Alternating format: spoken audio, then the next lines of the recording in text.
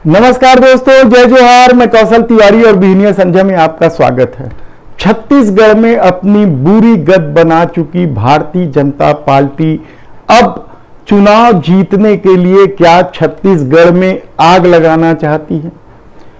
क्या छत्तीसगढ़ में केवल धर्मांतरण के मुद्दे पर ही भूपेश बघेल को हराया जा सकता है?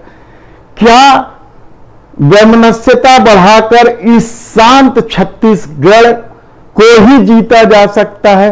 यह सवाल हम इसलिए उठा रहे हैं क्योंकि कल भारतीय जनता पार्टी के ऑफिशियल वेबसाइट से एक पोस्ट किया गया जिसमें छत्तीसगढ़ कांग्रेस नवनियुक्त प्रदेश अध्यक्ष दीपक बैज पर हमला किया गया है और उन्हें फादर का रूप दिखाते हुए धर्मांतरण को लेकर गंभीर आरोप लगाते हुए भारतीय जनता पार्टी ने कहा है कि यही एकमात्र विकल्प है। तो क्या सचमुच भारतीय जनता पार्टी का यह खेल आने वाले दिनों में छत्तीसगढ़ की शांत फिजा में आग लगाने वाला होगा और खतरनाक हो सकता है? दरअसल छत्तीसगढ़ की अपनी संस्कृति है।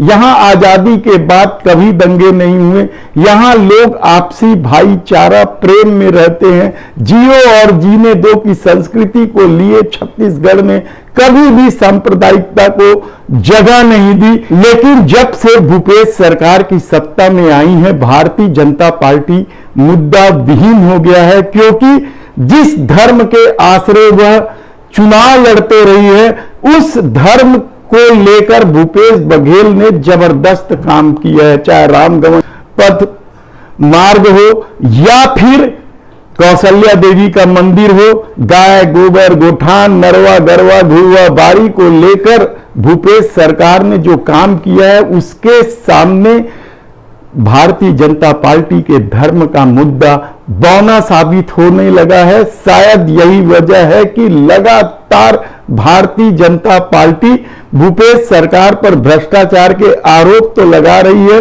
भूपेश सरकार पर छत्तीसगढ़ को लूटने का आरोप तो लगा रही है, लेकिन जनता शायद रमन सरकार के 15 साल के कार्यकाल की करतूत को देखकर उन पर भरोसा नहीं कर रही है। तो इसलिए भारतीय जनता पार्टी क्या धर्मांतरण और को ही प्रमुख मुद्दा बनाएगी? यह सवाल इसलिए महत्वपूर्ण है क्योंकि पिछले दिनों नारायणपुर में जो कुछ हुआ वह किसी से छिपा नहीं है। उससे पहले कवर्धा में भी झंडा लगाने के विवाद को लेकर माहौल खराब किया गया और बेमेतरा के एक गांव बीरमपुर में तो हत्या तक हो गई।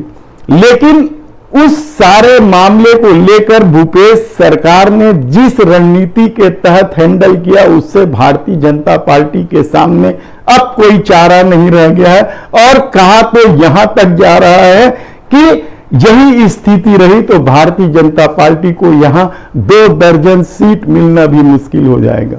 हालांकि पिछले चुनाव में भारतीय जनता पार्टी ने 14 सीटें जीती थी। 90 विधानसभा वाले इस प्रदेश में यदि 15 साल सत्ता में रहने के बाद भारतीय जनता पार्टी 15 सीट से नीचे चले जाती है तो आप सोचिए कि किस तरीके से रमन सरकार चल रही थी। और अब जब चुनाव नजदीक आते जा रहा है तो ऐसे मुद्दे उठाए जा रहे हैं जो छत्तीसगढ़ जैसे शांत प्रदेश में आग लगाने की कोशिश मानी जानी चाहिए। दरअसल कल जिस तरीके से भारतीय जनता पार्टी ने दीपक बैज को लेकर हमला किया है, वैसा हमला उन्होंने टीएस बाबा के उप मुख्यमंत्री बनने और मोहन मरकाम को प्रदेश अध्यक्ष से हटाकर मंत्री बनाने के दौरान भी इसी तरह की बात करते हुए कांग्रेस पर हमला किया था कि इन दोनों कद्दावर नेताओं को भूपेश बघेल ने झुंझुना थमा दिया है। लेकिन दूसरी तरफ धर्मांतरण को लेकर भूपेश बघेल का अपना दावा है। मुख्यमंत्री भूपेश बघेल ने साफ तौर पर कहा है कि चर्च सबसे ज्यादा रमन सरकार के कार्यकाल में बने हैं और वे किसी भी मंच पर इस बात को लेकर चर्चा कर सकते हैं, डिस्कस कर सकते हैं।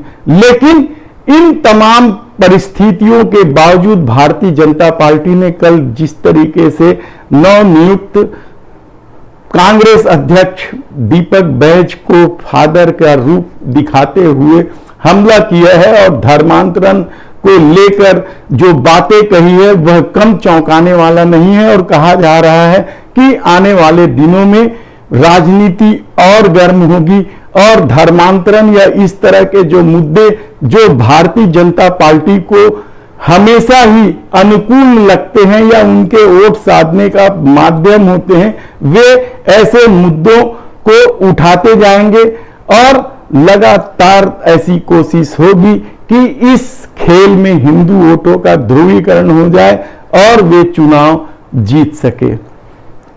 धन्यवाद।